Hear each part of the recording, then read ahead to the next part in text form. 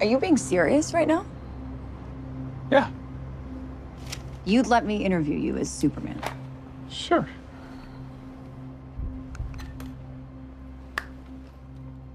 Ready? Let's do it, Cronkite. Superman. Miss Lane.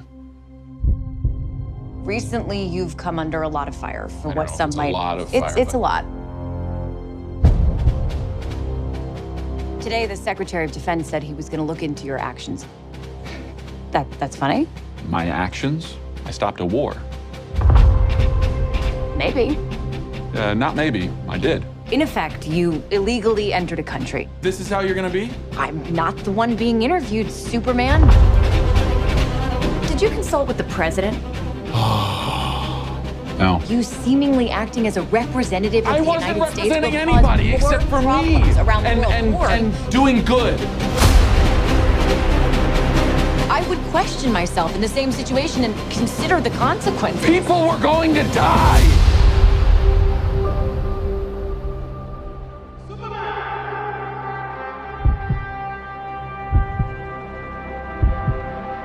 Hey, buddy. Eyes up here.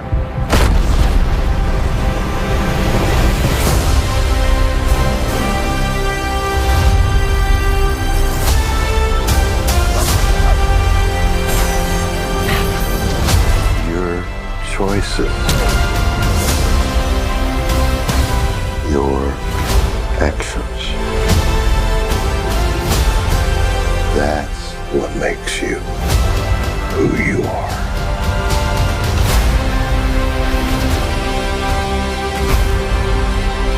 Superman. He's not a man. He's an it. He's somehow become the focal point of the entire world's conversation. I will not accept that.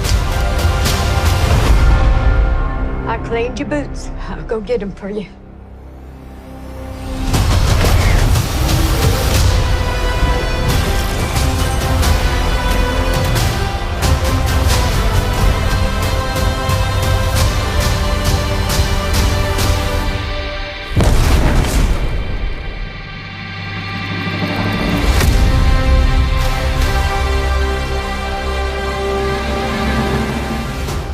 You have a Bart here with Tully Television. I want to thank all of you for stopping by, liking, commenting, all that beautiful YouTube stuff. I hope that you all realize how awesome and amazing you are today and every day. I hope that we can earn that subscription. If so, you hit that like button, you hit the subscribe bar. Only together can we go straight to the moon, baby. We're gonna get into quickly. It might be a quicker video than usual. Superman, James Gunn's Superman, had dropped on HBO Max a few days ago. At the time of this recording, and being I didn't get to see it in the theaters, I thought I'd run through my thoughts of the movie here. Of course, David Cornsworth as Superman, Rachel Brosnahan as Lois, Nicholas Hoult as Lex, Sarah Sampaio is Tessmacher. Bradley Cooper made an appearance as Jor-El.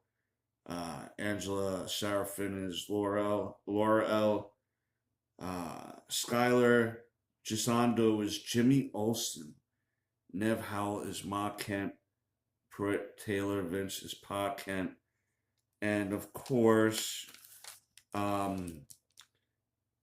Eddie, I want to make sure I added this man in. Eddie Gathicki is Mr. Terrific. I'm sorry if I mispronounced that. I probably did.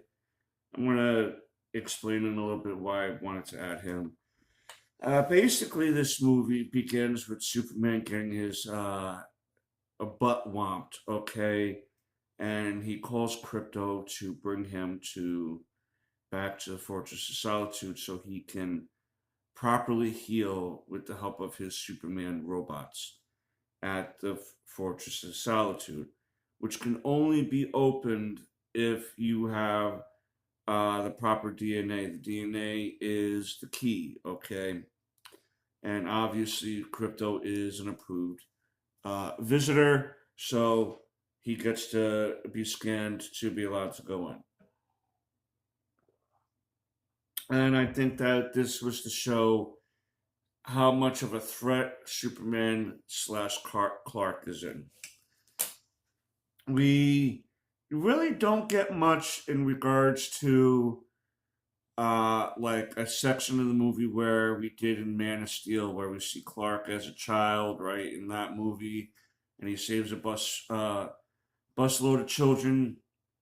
In this particular movie, we don't really get that, which isn't in a good way. In a way, good, because sometimes we don't always need an origin movie inside of a movie, especially when the last movie, the previous franchise of movies, was only not that long ago. You know, we know that he comes crashing down on it. Superman is the ultimate immigrant story, coming down from another planet into America. And when he was created, it was when a lot of people were trying to come to America to get a better life. And that was to represent that real life event going on, okay? He comes to America. He's all about truth, justice, and the American way. That doesn't mean America is better than other countries. In some regards, it is, and in other regards, it's not. But no one is making beelines from other countries to Canada the way they did America. No one is making a beeline from other parts of the world to Sweden like America was, or to Ireland, or to other countries. America, there's a reason why it's called the American dream, not the Irish dream, not the German dream, not the Mexican dream. The American dream is because America is the place where you can live and have a chance to live your best life. And Superman is the protector of those values. He is protecting everyone, not only in America, but in the world. And I think that this movie was a perfect encapsulation of that in a lot of different ways. Eventually, Superman learns through the help of the Justice Gang and of course Lois Lane that Lex Luthor partially is doing this because he wants basically material goods. He wants riches and power. He is purposely starting a civil war somewhere.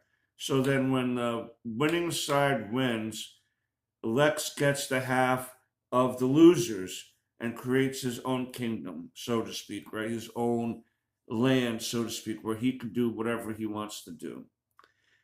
Lex has an interdimensional portal that he can send people in as a prison. He created a pocket universe to where he can put his detractors in as a prisoner, as prisoners. Clark winds up turning himself in because Lex and the engineer make their way into the Fortress of Solitude while Clark is busy. And we wind up finding out that the reason why they were able to enter the Fortress of Solitude because the Ultraman is a clone of Clark. He wound up finding out a piece of hair, Lex did, after one of Superman's fights and was able to clone him. That's how they were able to get into the Fortress of Solitude. And that last fight between Ultraman and Clark was a crazy fight. It couldn't go any harder. And eventually Superman had to watch him go through basically a black hole in order to win. That's how he ended up winning, right? That the Ultraman was sucked through a black hole. If that didn't happen, who knows what could have happened. Okay. So Lex is coordinating the world to go against Clark.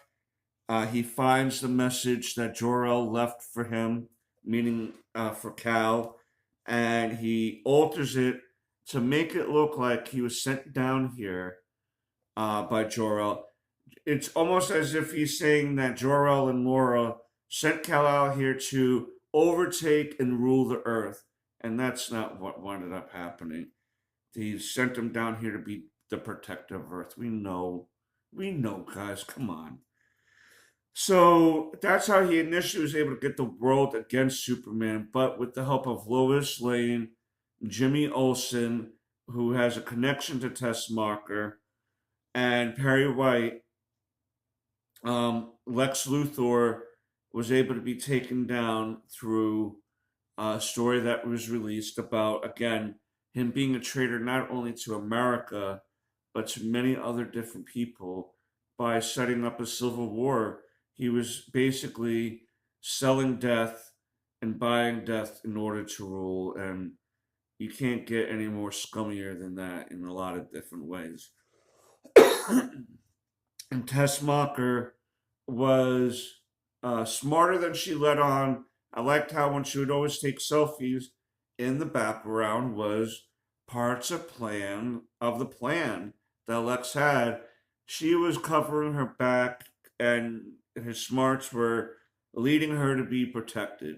And I like that because they portrayed her as an airhead, and she wasn't an airhead. So I kind of like that part a little bit.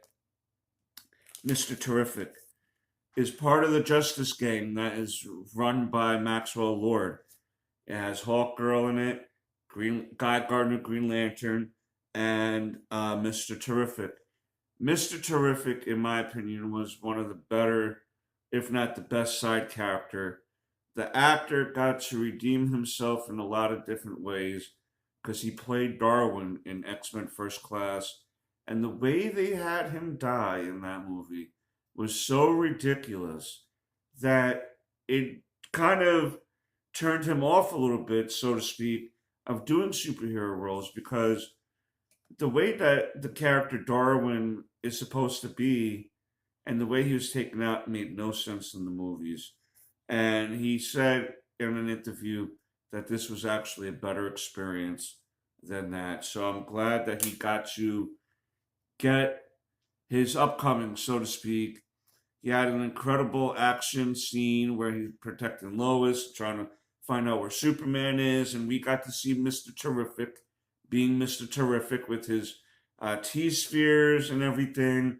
We got to see his intelligence on display, and he came in real handy, real useful in this movie, in actually helping Superman and protecting him and rescuing him. So I'd really like, not saying I wouldn't like to see the Justice Gang do a series or something like that.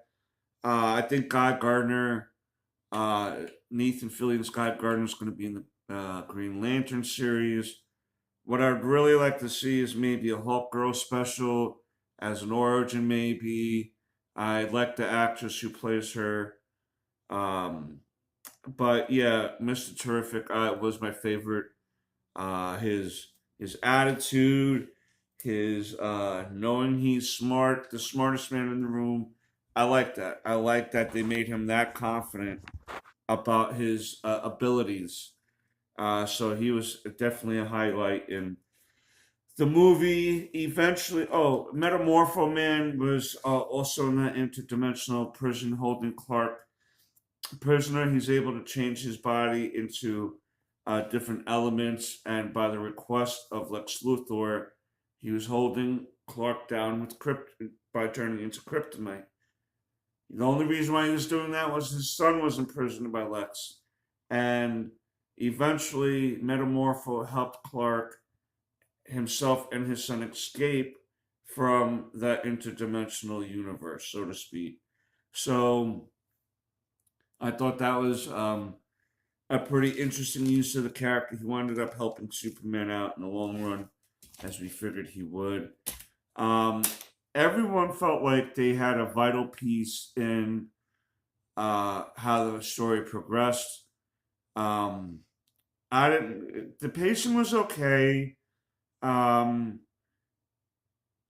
I wasn't big on the engineer. I wasn't big on them using Ultraman at the clone because it's kind of like, all right, but he's been around. Superman's been around for 3 years at this point, so I don't know. I did like Lex, Nicholas Holt's portrayal of Lex. I still think that Michael Rosenbaum is the best Lex Luthor. Like, I liked this portrayal of Lex, but at the same time, it didn't really have that swagger that Michael Rosenbaum had as Lex Luthor. But it was still a good Lex Luthor. And as far as Mr. Cornsweat himself as Superman slash Clark Kent, I think that he did a good job. I really think he did a good job. Is he my favorite Superman? I think because of the time I grew up in, it's always going to be Christopher Reeves as my favorite Superman. And then with my recent rewatch of Tom Welling in Smallville, I would have to say that I love Smallville too. But I really feel like this man does bring the energy of Superman. He does bring a presence to the role. He does portray Clark and Superman as two different people. I like that a lot. We didn't get to see that with Tom Welling. And like with Man of Steel, it was so dark and gritty all the time. The only one that he did, this actor was the only one since Christopher Reeves that we got to see a distinct visual of how he plays Clark and how he plays Superman. You could say that maybe with Tom Welling, but not really because he's still Clark Kent. And if you wanted to say he had a secret identity, it was the Blur, not Superman. So kind of same, but not the same. Yeah, so that's how I feel about this movie. I don't want to, there's not much else I can really say about the movie that other people haven't said or touched upon the themes of this movie. But I really think that as far as a Superman feel to this movie, I feel like this is a good Superman movie. It's not gonna, nothing's ever gonna be 10.